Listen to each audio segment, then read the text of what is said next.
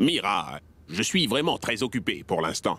Appelle-moi un petit peu plus tard, s'il te plaît. Monsieur, pouvez-vous mettre votre boîte de médicaments de côté, s'il vous plaît? J'ai 2 ou 3 choses très importantes à vous dire. Oui. D'accord, parle donc, dis-moi, je t'écoute. Monsieur, je viens tout juste de lire votre contrat et il n'y a aucune clause d'exclusivité à ce que je vois. Malgré tout, Mira... En fait, je peux travailler pour un autre média en toute liberté. Et vous n'y pouvez vraiment rien par rapport à ça.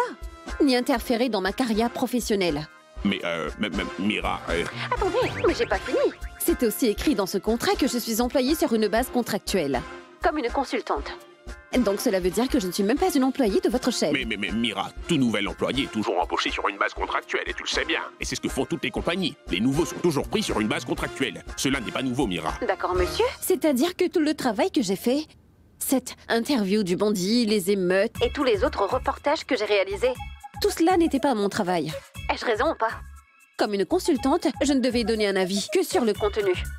Écoutez, je ne devais nullement m'occuper du produit final de votre chaîne télévisée. Pas vrai? Oui, en fait, techniquement, c'est vrai, mais je... Pourquoi ne pas me l'avoir dit dès le début? Vous m'aviez fait faire le travail en entier par moi-même. Vous connaissiez pourtant bien toutes les clauses de mon contrat, non? Et quand vous avez appris que je travaillais en freelance, vous m'avez accusé d'enfreindre toutes les clauses de mon contrat. Mira, essaie de bien me comprendre. En te donnant ce travail, je t'ai offert une très belle opportunité. Monsieur, je n'appelle pas ça une opportunité. Moi, j'appelle ça de l'exploitation. Non! Tu dis que tout ce que tu as pu accomplir, la notoriété que tu as gagné, tout ton succès, ce n'est pas moi qui te l'ai procuré? Sais-tu combien de jeunes meurent d'envie d'avoir une chance sur ma chaîne de télé? Mais c'est toi que j'ai choisi, je t'ai donné une telle chance. Et toi, petite ingrate, tu me dis que je suis en train de me servir de toi? Monsieur, je vous suis reconnaissante de m'avoir donné cette plateforme et toutes ces hausses dans mon salaire. Mais vous ne pouvez pas me garder comme prisonnière.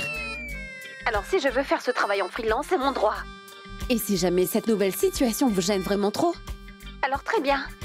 Je vous enverrai ma lettre de démission demain, monsieur. Et il ne faut surtout pas vous inquiéter pour moi, hein. Je gagnerai encore plus d'argent en tant que pigiste que travailler durant des heures dans votre bureau. Décidez, tout le reste est entre vos mains, mon cher patron. Mais, allô? Mira?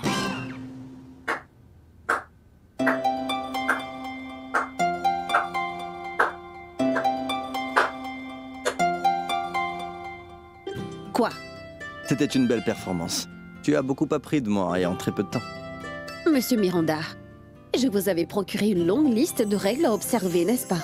Mais visiblement, vous ne l'avez pas bien compris. Encore ça. Donc c'est la 2e infraction de la journée. La règle stipule aussi que vous ne pouvez pas entrer dans une chambre sans que quelqu'un vous ait invité à y rentrer. Oups. Encore pardon. Faites un peu plus attention.